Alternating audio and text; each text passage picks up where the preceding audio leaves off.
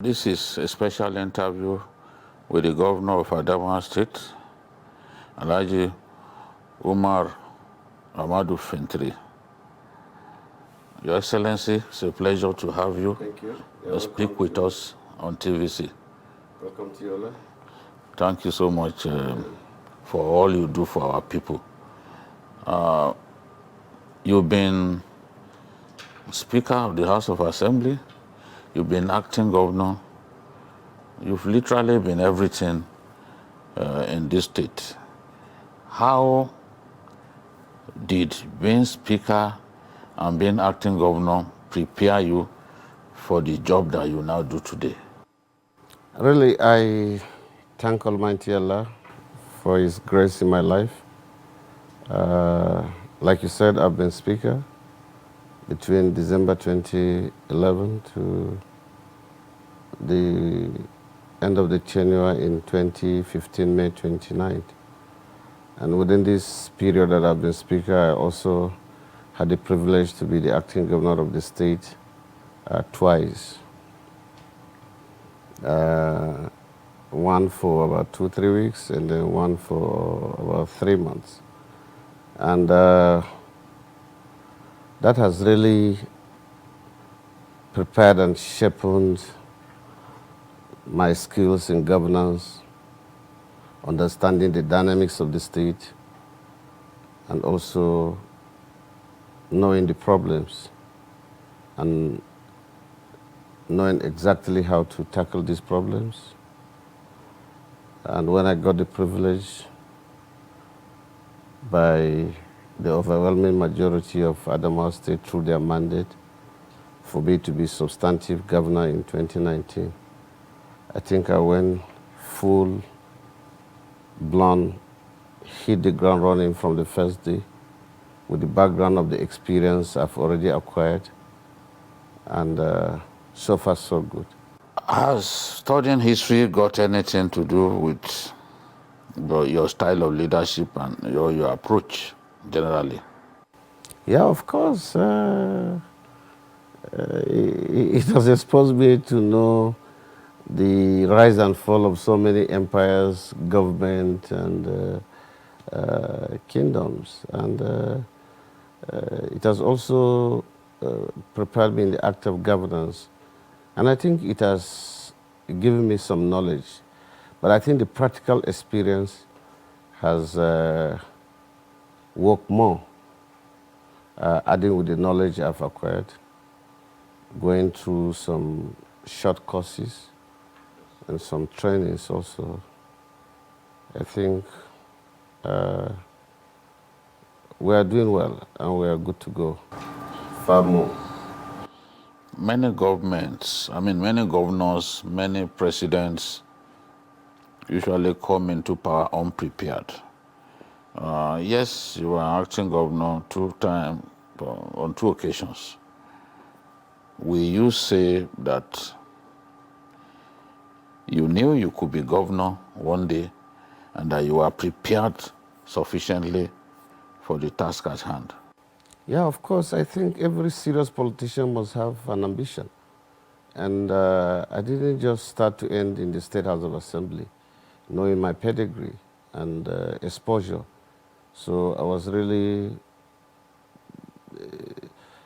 doing well to ensure that I prove a lot of good points to my people so that they can believe and trust me to continue to be electing me.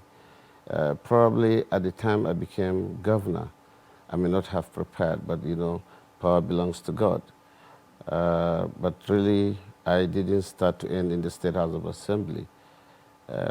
Probably I would have gone to the Senate, but I performed credibly well beyond expectation within the short 3 months. And it becomes a shining example across the state. And suddenly the entire state trusted us. And I attempted to go for the by-election in order to complete the tenure of the former governor. that was impeached. There's a machination by the Abuja politicians. They scuttled it through the court. And I think the people of Adama were not happy. And they waited for another 4 years after the 2015 election to entrust me again with the mandate when I made myself available through my party, which I was equally supported across the entire 21 local government. And I think the election became easy, even though I was contesting against an incumbent. But because I was prepared, had good programs,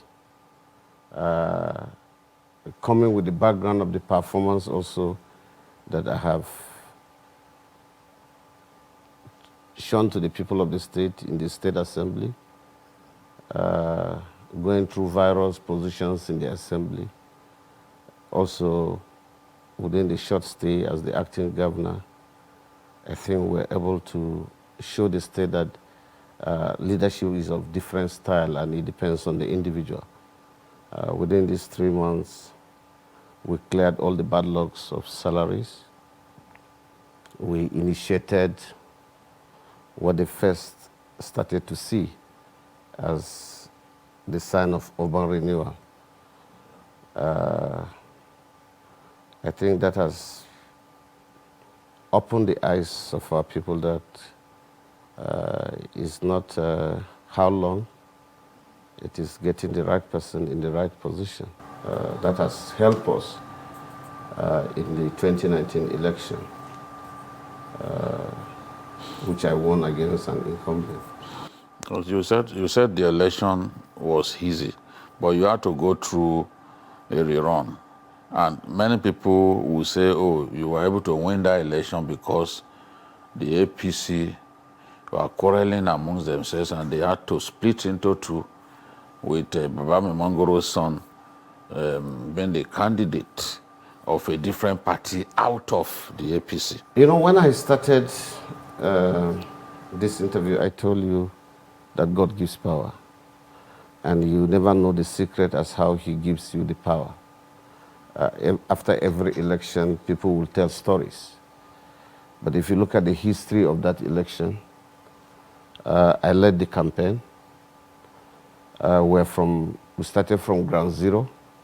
We didn't even have a councillor. We ended the first election, which is the presidential and the National Assembly election, winning about 5 National Assembly for House of Reps in the 8 elections contested for the House of Reps. We won 5 out of 8. We won 2 out of 3 senatorial, overwhelmingly.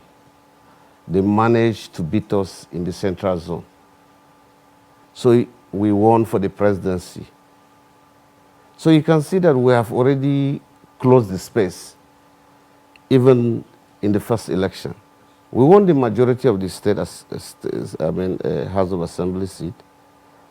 And of course, in the governorship, the election had to now reduce to our local scenario. About 29 of us contested. So definitely the votes have to split. We wouldn't say the story would be the same as when the presidency was a straight contest between President Buhari and our candidate, Vice President Atiku Abubakar. So coming from outside to beat an incumbent in the first election with over 32,280 votes, I think it's wonderful. And I don't expect any story to come around it. Yes, INEC said the election wasn't concluded. But to me, even in the first day of the election had been concluded. They say we are going into a rerun for 35,000, which means we are looking for a difference of 2,000 plus. I'm taking this time to give you this scenario so that you know that there was no need for the rerun.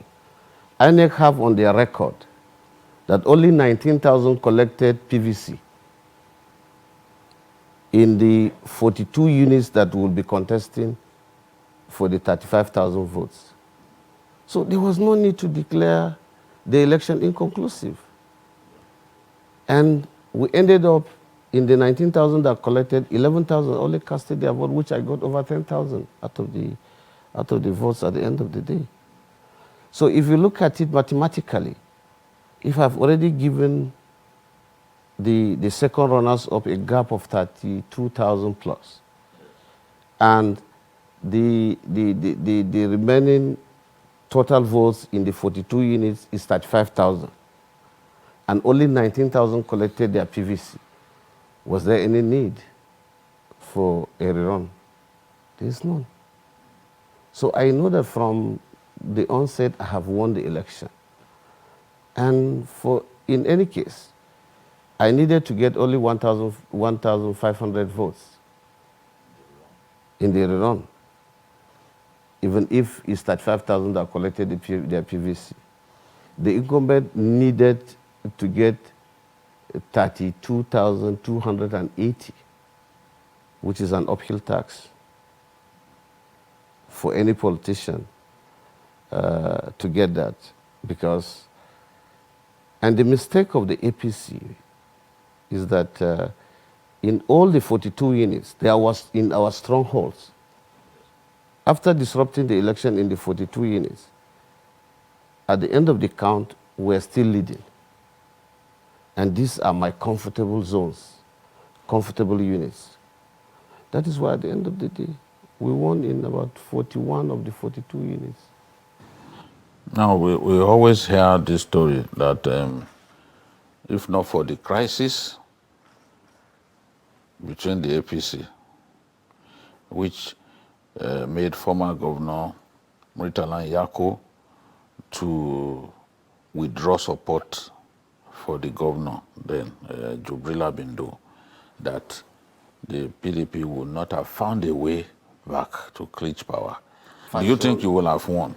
Some of these stories are fashioned to me in a way they are playing God. I've already given you a scenario in the first presidential and the National Assembly election, how we have already dealt with them, hands down. So are they going to bring another different votes from the moon to come and cast it for them in the governorship election? It is the scenario from the presidential election, out of the campaign and the mobilization we have done, that had pushed the PDP winning from the presidential to the governorship. Any other story, I think, is... They always say that... Of course, when politicians lose election, they will always tell stories. Yes, they say that if Abdulaziz's result were matched... God will have still given a different result. It will have still spoken in the minds of the people to cast the votes in a way that I will still have won against anybody. So you are destined to win the election? I was destined to win. It's my time. And any one of them can attest that I was the most popular candidate in that election. I don't want people doing make a mistake. Would you say the APC underrated you at some point? I wouldn't know. But because you cannot underrate a politician of my pedigree. They know me. And we know each other. We're once in the same party. We're friends. So we understand the game together. We have helped each other. And like I told you, we led a campaign that we're already standing tall, winning 5 of the 8 reps, winning 2 of the 3 Senate, winning the presidential against an incumbent president. So what is so difficult in beating an incumbent governor if we have beaten an incumbent president here in the state?